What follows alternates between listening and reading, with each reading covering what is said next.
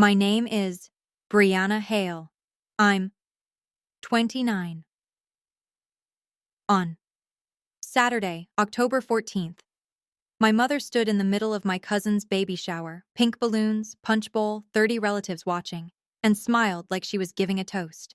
Then she pointed at me and said, "She's still living off us. Don't end up like Brianna." I felt my face go hot. My aunt laughed like it was cute. My dad didn't even look up from his phone, just added, "She's dramatic. Always has been." I remember the exact smell of the room, vanilla cupcakes and cheap perfume, because my stomach dropped so hard I thought I might pass out. If you've ever been publicly embarrassed by your own family, tell me what they said in the comments, because I didn't realize a sentence could bruise like that until it happened in front of everyone. I left early, hands shaking on the steering wheel, and drove straight to my shift at the medical office. I worked 10 hours answering phones like nothing was wrong. When I got home that night, the porch light was on, but my key didn't fit. I tried again, harder. The metal scraped, then stopped dead, like the lock itself was rejecting me. That's when I saw it. Brand new hardware as on the front door. A shiny keypad lock, like I was a stranger. I knocked, once, twice. My mother's voice came through the door, calm and sweet for the neighbors. "You can't come in." I laughed, like my brain needed it to be a joke. "What are you talking about? My stuff is in there." My dad finally came to the door, didn't open it, just spoke through the wood like it was a customer service issue. "You're not on the lease anymore," he said. "We need peace. You're unstable." Unstable. I had been paying them $700 a month for rent for 2 years. I had receipts. I had Zelle transfers with the note, rent, Bree, like a paper trail I didn't even realize I was building. I looked down at the doormat, and there it was, an envelope taped to the door with my name written in my mother's neat handwriting. Inside was a typed letter. Notice to vacate. Effective immediately. Do not contact us unless by email. Trespassing will be reported. My hands went numb. I sat on the steps in my work scrubs, back against the railing, listening to their TV through the wall like I wasn't their daughter. Just noise outside the house. And here's the part that still makes my chest tighten. I didn't cry because of the locks. I cried because my mom texted my younger sister Madison, her golden girl, and Madison posted a story 10 minutes later. "Protect your peace. Cut off toxic people." No one asked what happened. They just picked a side. What my parents didn't know, what they couldn't have known, because they never listened long enough to notice, was that the rent I'd been paying them wasn't just rent. It was proof. And 2 weeks earlier, I'd signed paperwork at a law office downtown. Paperwork tied to my late grandmother's estate. Paperwork that made that house a lot less theirs than they thought. Because the sheriff doesn't knock for feelings, he knocks for documents. The sheriff knocked on a Tuesday at 9:12 a.m. I know the exact time because my mother called me at 9:14, her voice shaking in a way I had never heard before. But before that call, there was Sunday dinner. They still hosted it.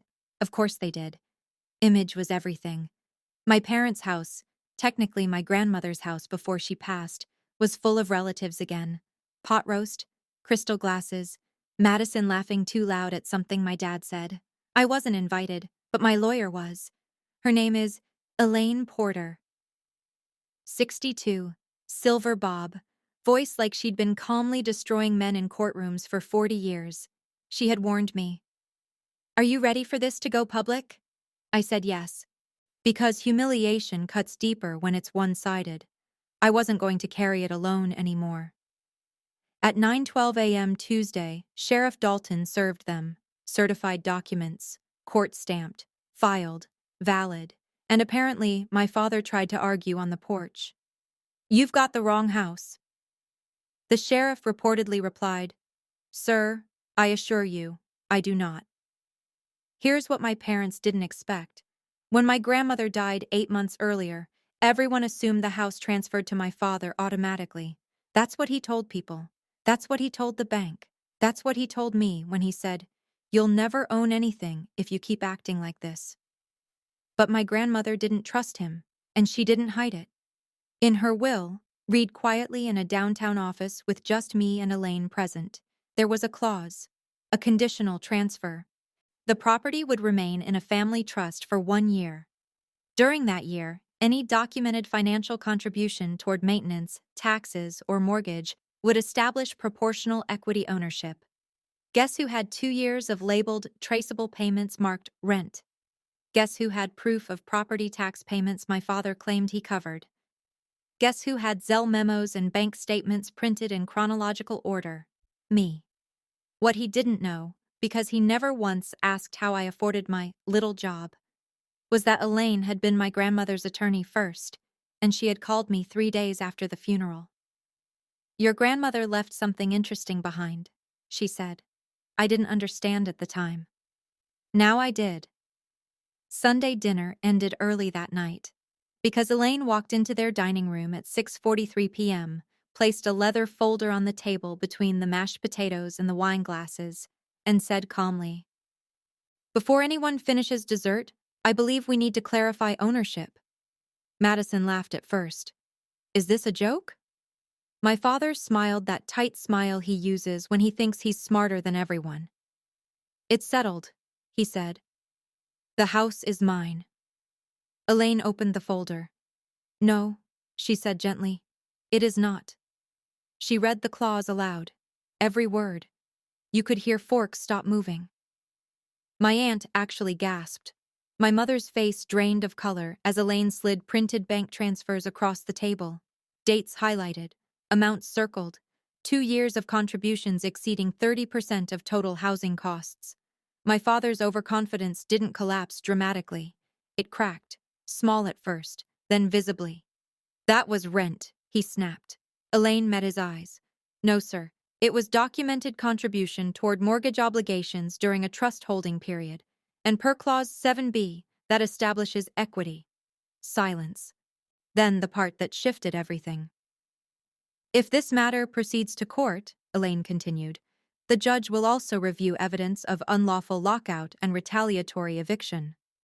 My mother whispered, "Retaliatory?" Elaine nodded.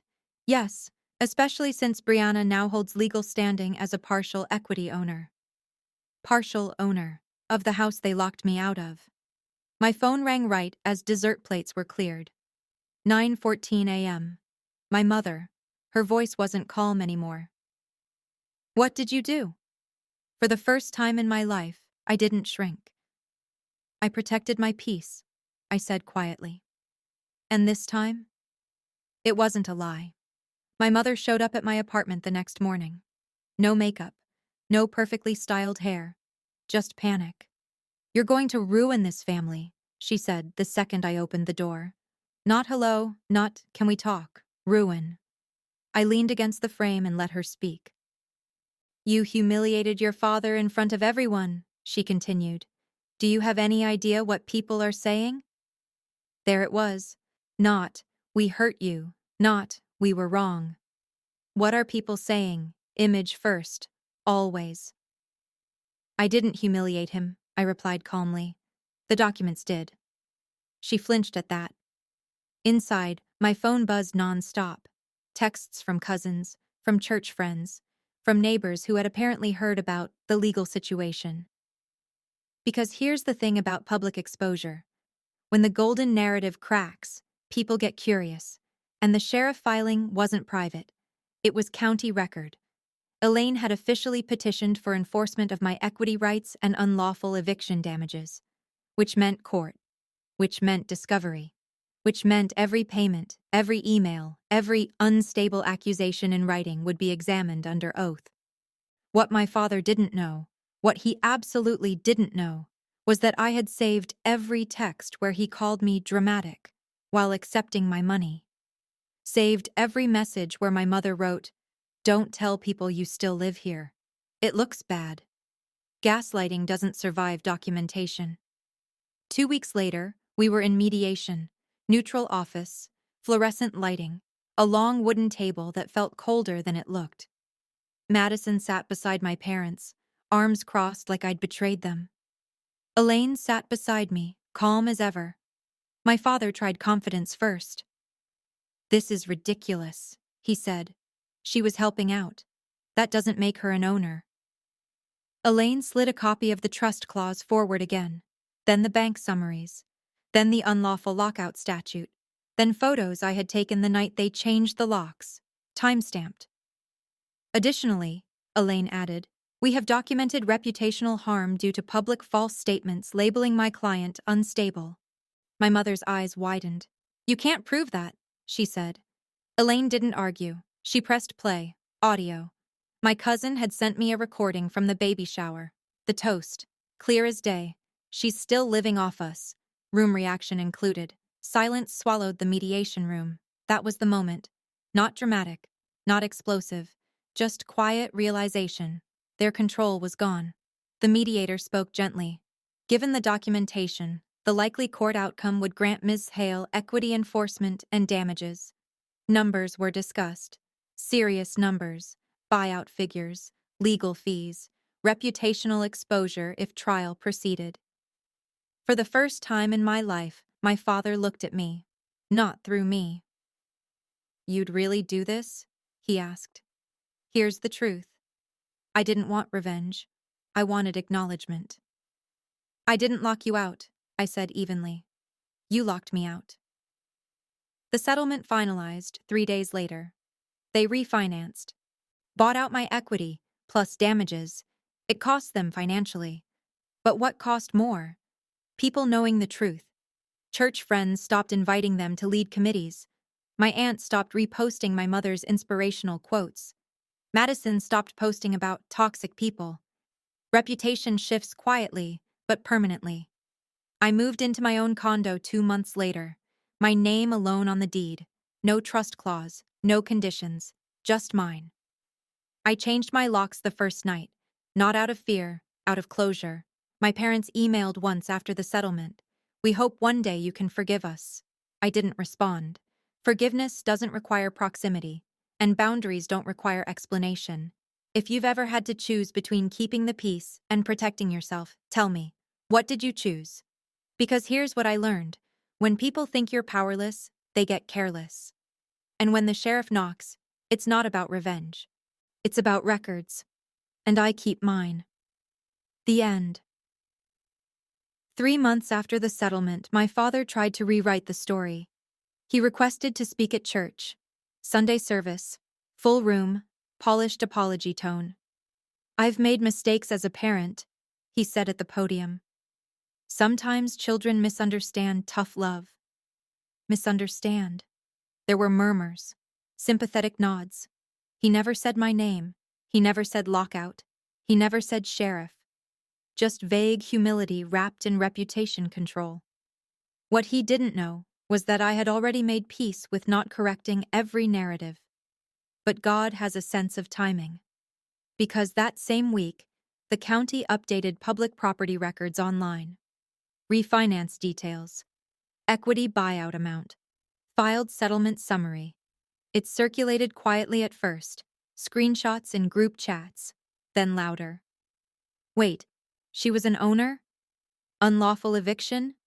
Damages paid? Facts don't yell, they just sit there. And when people compare facts to performance, things unravel. My mother stopped leading the women's prayer circle 2 weeks later. My father stepped down from the finance committee. No scandal, no announcement, just absence. Consequences in real life aren't dramatic explosions. They're invitations that stop coming. Meanwhile, I was building something steady. New condo, neutral walls, morning sunlight through wide windows.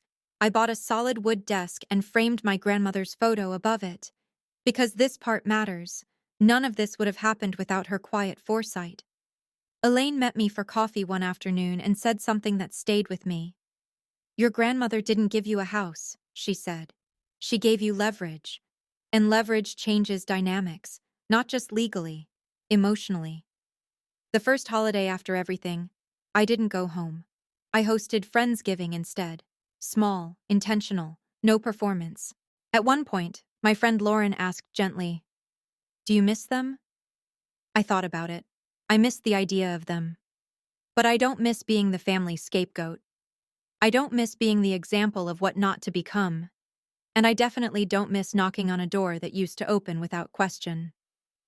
Last month, my mother sent another email. Short. "We didn't realize how far you'd go." I stared at that sentence for a long time. Far? Protecting yourself feels extreme only to people who benefited from you staying small. I didn't go far. I went legal. I went documented. I went informed. And then I went independent. There's a difference. If you've made it this far, I want to ask you something important. Have you ever been labeled difficult simply because you stopped accepting less? Because sometimes the moment you stop absorbing blame is the moment people call you the problem. Here's where I landed. I don't hate my parents. I don't obsess over them. I don't need them to understand me. But I will never again allow access without respect. The sheriff's knock wasn't the end of my family. It was the end of my role in it. And that gave me peace. The end. 6 months later, my father asked to meet. Not at their house, not at church. At a neutral place, a downtown cafe with glass walls and nowhere to hide. I almost didn't go. But closure doesn't always come from silence. Sometimes it comes from seeing who someone is when the power dynamic is gone. He was already seated when I walked in. No suit this time. No performance smile. Just older. He didn't stand up. "I didn't think you'd actually do it," he said after I sat down. "Do what?" I asked calmly. "Take us to court." There it was again. Not lock you out.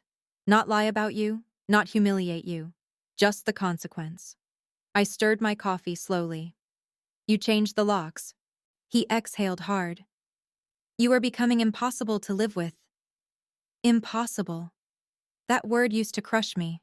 Now it just sounded tired. "What was impossible?" I asked. "Paying rent? Working full-time? Asking to be treated like an adult?" He didn't answer directly. Instead, he said something that finally made everything make sense. "You were challenging the structure." Structure. That's when it clicked.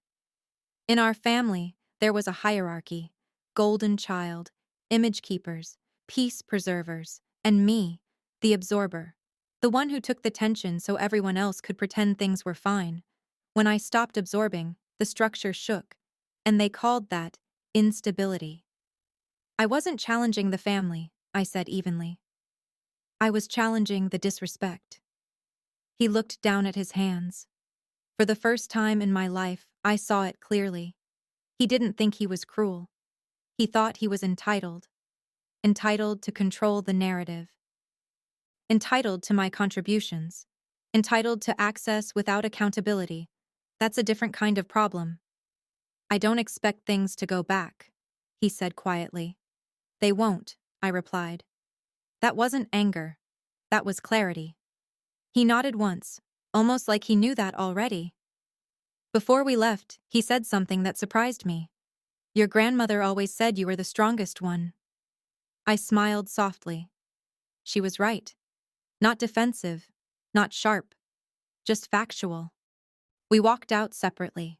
No hug, no dramatic reconciliation. Just two adults who now understood the new boundaries. Here's the truth no one talks about. Sometimes justice doesn't rebuild relationships. It reveals them.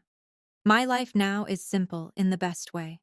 Mortgage in my name, bills paid, friends who don't weaponize vulnerability, silence that feels safe instead of tense, and occasionally, an email from my mother that I may or may not answer. But here's my final thought for you. When someone locks you out, emotionally or physically, it hurts. But sometimes, that locked door is the clearest confirmation that you were never meant to shrink to stay inside. If this story resonated with you, tell me. What boundary changed your life? Because the sheriff didn't just knock on their door. He knocked on the version of me that thought love meant endurance, and I didn't answer that door anymore. The real end.